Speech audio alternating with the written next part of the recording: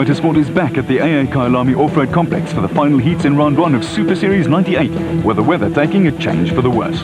Qualifying heats were run in hot and dusty conditions, but mid-afternoon storm clouds were brewing over Johannesburg and Midrand as the final of the 200 motorcycle class got underway. This time there were no start line hiccups for reigning champion Freddie Fourie on the Elna Kawasaki. Fourie went straight to the front with Ian Topless on the Suzuki and Brett Gray on another Elna Kawasaki tucked in behind Fourie, with the rest of the pack giving chase. In the last of the qualifying heats, Fourie got tangled up at the start and had to work his way from the back of the field.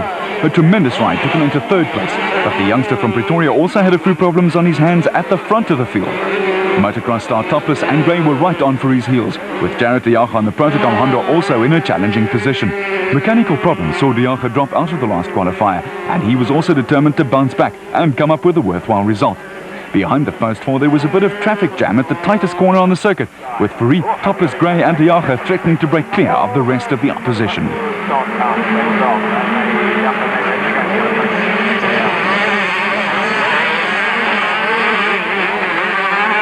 A few drops of rain were starting to fall as the battle up front continued. Fourie, Topless, Gray and De Jager were line astern up the back straight, and then came Piet Pienaar, Gareth de Rapper and Bruce Robertson on another Elna Kawasaki. Water on the circuit to keep the dust down and the light rain were combining to provide for slippery conditions on sections of the circuit. Other sections were reasonably dry, with freestyle holding off the experienced Topless. Brett Gray, son of road racing legend Rodney, and Jared De Jager swarming all over the back of the Elna Kawasaki. The quartet at the front of the field were gradually easing away from Pienaar, de Rapper and company, and it was a situation of races within a race starting to develop early on.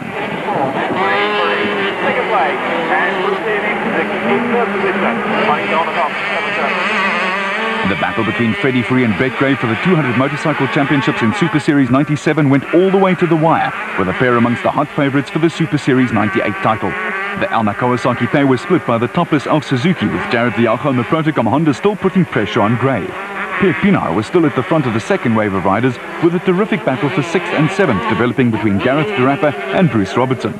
Up front, Fourie was earning a little breathing space for himself, with a little gap also opening up between Topless and the Gray De Jager scrap.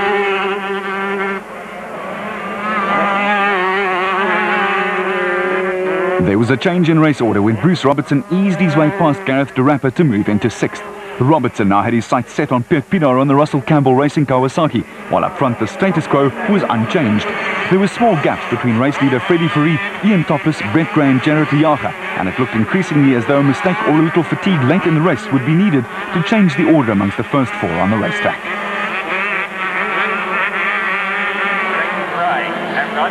Race leader Freddie Fourie looked to have everything under control on the Elna Kawasaki, but behind him Topless was making a determined bid to put pressure on the Pretoria rider.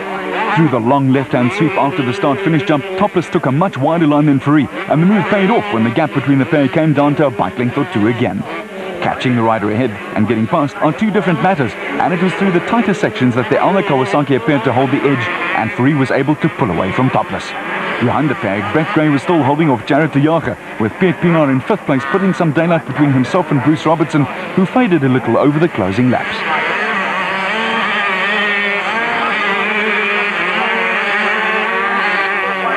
Up the back straight for the final time, with Freddie Fourie on his way to a flag-to-flag win on the Elna Kawasaki. Topless gave Suzuki a 2nd place ahead of the Brett Gray Kawasaki, and Jared De Jager on the Protocom Honda. 5th went to Piet Pienaar, with Bruce Robertson, Alex Leonards and Gavin Cowley completing the top 10. For Fourie, it all fell into place in the final. The track very nice. It's a bit slippery here and there, especially in the inside corners. The bike's going perfect. The tyres are sticking. My Michelin tyres are doing very good. I'm very happy with them, and yeah, my race was very good. I got the whole shot and just stayed in front. The final of the Pro Quad category, and it was going to be a wet, muddy and slippery affair for the riders. Rising star Jacques Strubich on the Jojo Tanks Honda and reigning champion Christophe van der Merwe dominated the first qualifying round. The pair immediately went to the front of the field in the final, and once again it was van der Merwe on the Johannesburg Yamaha Banshee who grabbed the whole shot. Behind them, it was every man for himself, with mud and slush from the machines ahead, a major problem for those in the middle of the pack. The best place to be in these conditions was out front, but van der Merwe was already starting to come under pressure from young Strubich, who has an aggressive and spectacular riding style.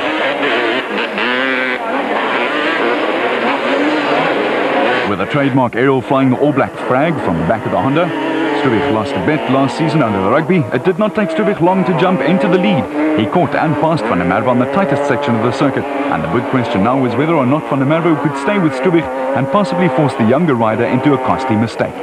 After taking a heavy fall in the qualifying event, Brendan Martin had managed to get through the first lap unscathed and had moved into third place.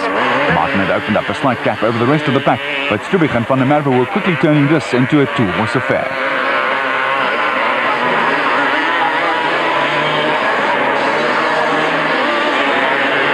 Quad races are difficult enough to master in perfect conditions, but in the mud and slush, they take on a new dimension.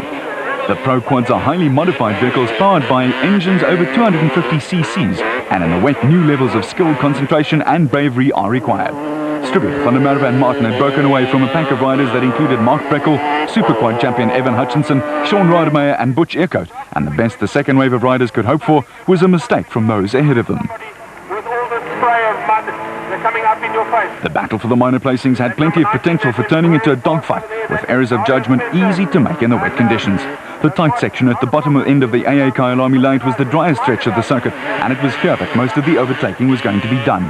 The battle between Breckel, Hutchinson, Rademacher and Earcoat was starting to close up, with the riders slowly getting to grips with a track surface that provided plenty of contrasts. The riders were beginning to work out the sections where they could push a little harder, but it was still the easiest thing in the world to make a mistake.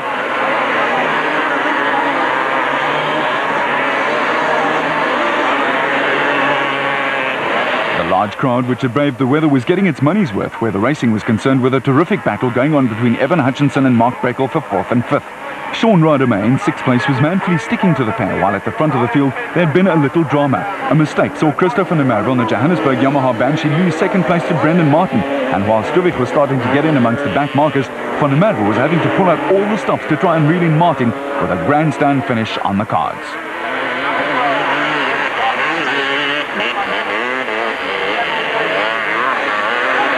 The back straight, Strubich was still in total command, while Brendan Martin and Christophe Van der Merwe were coming up on a back marker.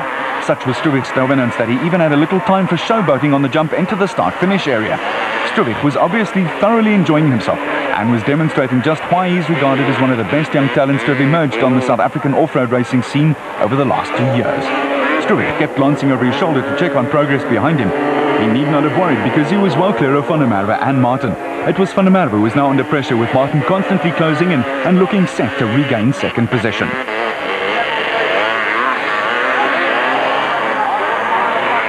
The race distance was starting to run out for Martin, but he had closed to within 2 or 3 quad lengths of Van der Merwe.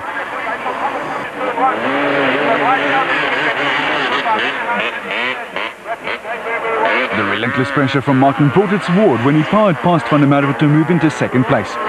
There wasn't much chance of Martin catching race leader Jacques Strubich, but Van der Merwe wasn't finished yet and was trying to get back on terms with the Line-X Yamaha rider.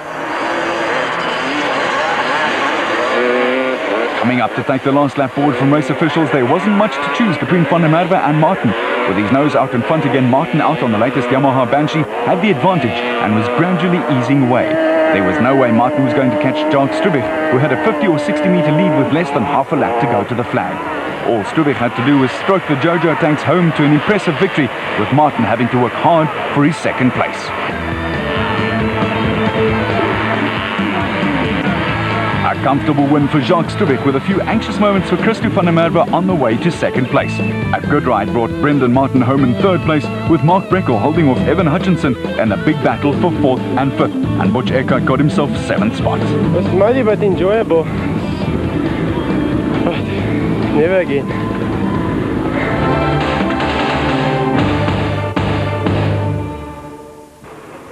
When the heavens opened, it did not dampen the spirits of the crowd, and motorsport enthusiasts will braai anywhere, under any conditions. When the senior motorcycle final got underway, the going in horse racing parlance was heavy. Ryan Hunt grabbed the whole shot and entered the first complex of corners. Riders were already discarding visor tear-offs, which provide for better vision. It was a free-for-all in the middle of the pack, but as they emerged up the back straight, it was Hunt who was ahead of Gary Liptic, qualifying winner Ian Topless on the Elf Suzuki, and veteran Russell Campbell on a Kawasaki. The inside of the circuit leading to the fast sweep after the start-finish area was saturated, and most of the riders opted for the wider but drier line, with Hunt still ahead of Liptic and Topless. Topless was anxiously looking down as though the Elf Suzuki had run into early mechanical problems. The right-hander into the tightest section of the circuit was also reasonably dry, but as with the Pro Quad final, these were the sort of conditions where it's all too easy to make the sort of mistake that can cost a rider the race. Just ask Gary Peterson, who put it down in the second corner and had some very serious catching and riding ahead of him. No matter what the conditions are, there are no faint hearts in top flight off-road motorcycle racing, and it was hectic stuff in the middle of the pack. No quarter was being asked or given, and if you can't take a little physical contact in situations like these, short course off-road racing is not for you. At the front of the field, Ryan Hunt was pulling away from Gary Lipchik, who had his trademark Pink Panther strapped to his back. With Ian Topless in hot pursuit, it was going to be a rough ride for the little fellow. The sweep after the start-finish line was creating all sorts of problems for the riders, with Ian Topless again glancing down as though the Elf Suzuki had a mechanical problem of some sort. Lipchik and Topless were followed by veteran Russell Campbell and 200 class winner Freddie Fourie and Gary Nell, with some hectic personal duels developing throughout the field.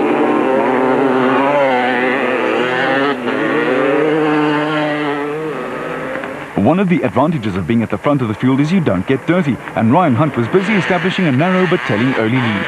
Behind him, Gary Lipchik and Mr. Pink Panther were under pressure from multiple South African motocross champion Ian Topless, who was also taking frequent glances over his shoulder to check on the progress of Russell Campbell.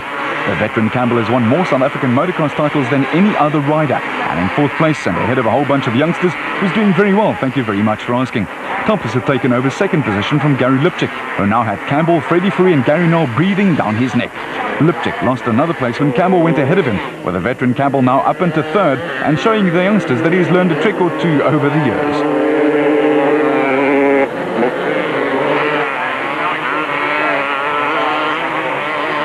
Freddie Fourie and Gary Nell were also lining up to have a crack at Gary Lipchik, who has done a great job with starting to run out of steam.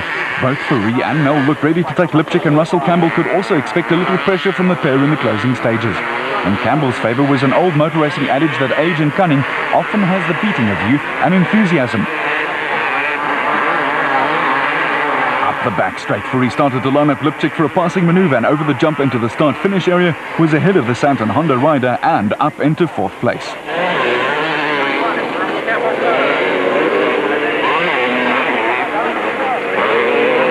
Race leader Ryan Hunt and Ian Topless were long gone, but Campbell was rolling back the years in an impressive ride. Freddie Fourie wasn't making much of an impression on Campbell, but behind him Gary Lipchik dropped 2 more places. First, Gary Nell and then Greg Aspinall went past a rapidly fading Lipchik, who is now down in 6th place. The big question now is whether or not Russell Campbell, long past his 30th birthday, would have the stamina in the closing stages of the race to hold off the bevy of young chargers who were lining up behind him.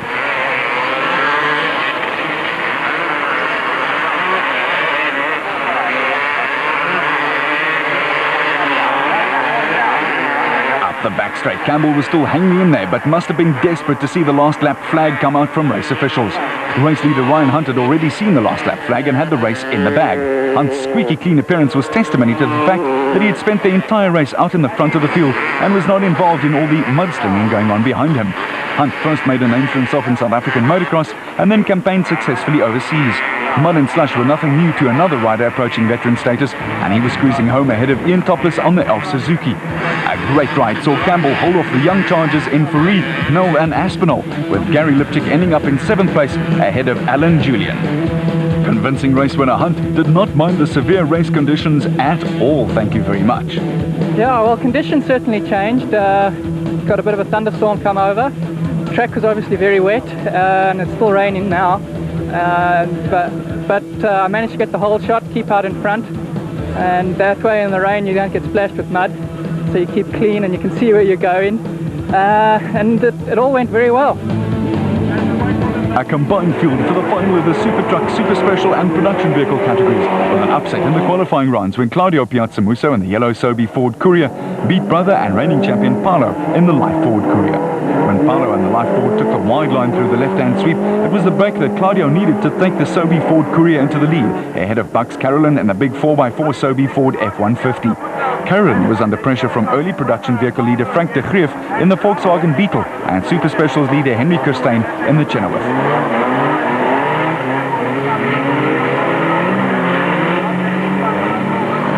The 2 Ford Couriers were side by side up the backstraight, with Paolo Piazzamuso looking to regain the lead.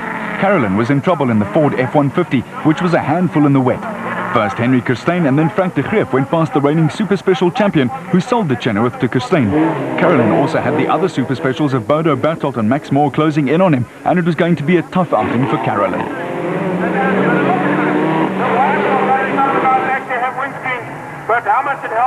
At the front of the field, the Piazza Musso show was in full swing, with Paulo back in the lead in the Life Ford Courier. The brothers already had a huge lead over Henry Kirstein, and at that rate were going to be in amongst the back markers before half distance. The Piazza Musso has come from a motorsport family, and Father Giovanni was a Springbok rally driver. Paulo followed his father into rallying and is a South African class champion, while Claudio went into single-seater racing and won the South African Formula 4 title. Claudio also has a number of South African kart championships to his name, and both brothers also excelled in BMX cycle racing.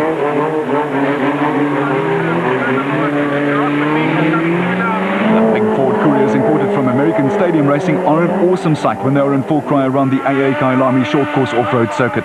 Claudio Piazza Musso was on a charge to regain the lead, with Bodo Bertolt chasing after Super Special leader Henry Kirstein. The Piazza Mussos were now in amongst the slower traffic, and Claudio took advantage of the situation to go back into the lead.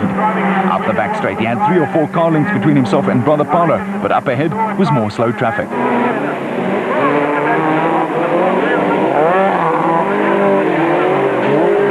Over the start-finish jump, the Life Ford Courier had the inside line for the sweep. Race leader Claudio decided on the outside line, and it turned out to be the wrong option. With a big Sobe Ford Courier sliding all the way to the outside of the circuit, the lead changed hands once again, with reigning champion Paulo back in the front in the Life Ford Courier. There was plenty of slower traffic up ahead, and after closing on brother Paulo at the bottom end of the circuit, Claudio lost out coming onto the back straight. The gap opened once more as the Sobe Ford had to find a way past Max Moore and Frank Bass in the Mazda Bucky.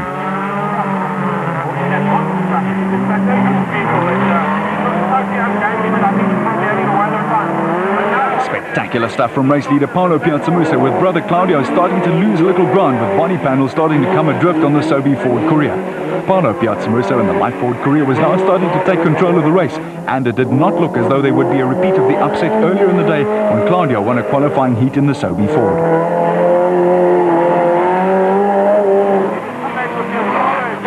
While the Piazza Musso brothers were sitting back and enjoying what looked like a Sunday drive in the park, Max Carolyn was still fighting his way around in the big Sobe Ford F-150. The monster F-150 wasn't designed for stadium or short course racing, and Carolyn was already a lap down on the Piazza Musso brothers. Race distance was rapidly running out on Claudio Piazza Musso in his efforts to try and catch race leader and brother Paulo. The elder of the two Piazza Mussos was starting to let it all hang out in a desperate attempt to get close enough to the Life Ford Courier to start applying some pressure. The distance between the two Ford Couriers was slowly closing, but it wasn't closing quickly enough for Paulo to be a major threat at this stage. Down the field, Frank Bass was having a steady run in the aging Mazda Bucky, running in the production vehicle class. Bass had lost touch with production vehicle leader Frank de Greef, but was soldiering on with second place overall in class, his reward for the day.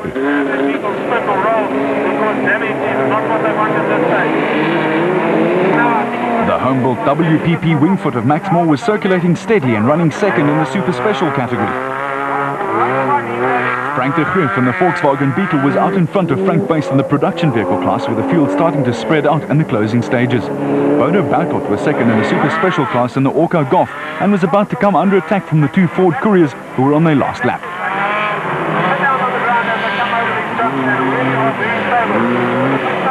Claudio had closed up on race leader Paulo, but a mistake at the bottom turn finally put paid to his chances for the day. Whoopsie, a gentle slide into the bank, and all the reigning champion Paulo Piazza Musso now had to do was see out the final lap unscathed. That proved to be no problem at all, with the reigning Super Truck champion taking his first win of the season ahead of brother Paulo and Max Carolyn.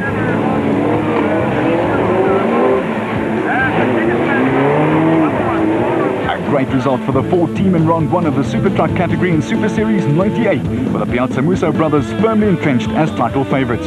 Another win for Henry Kirstein in the Chenoweth in the Super Special category, and a double for Frank de Greef in the production vehicle class. But how did Paulo fancy the conditions? Fantastic. As a rally driver, we like playing in the mud, and the conditions really suited me. We came to terms with problems on the truck, and we ate for away. We won a heat. That's great.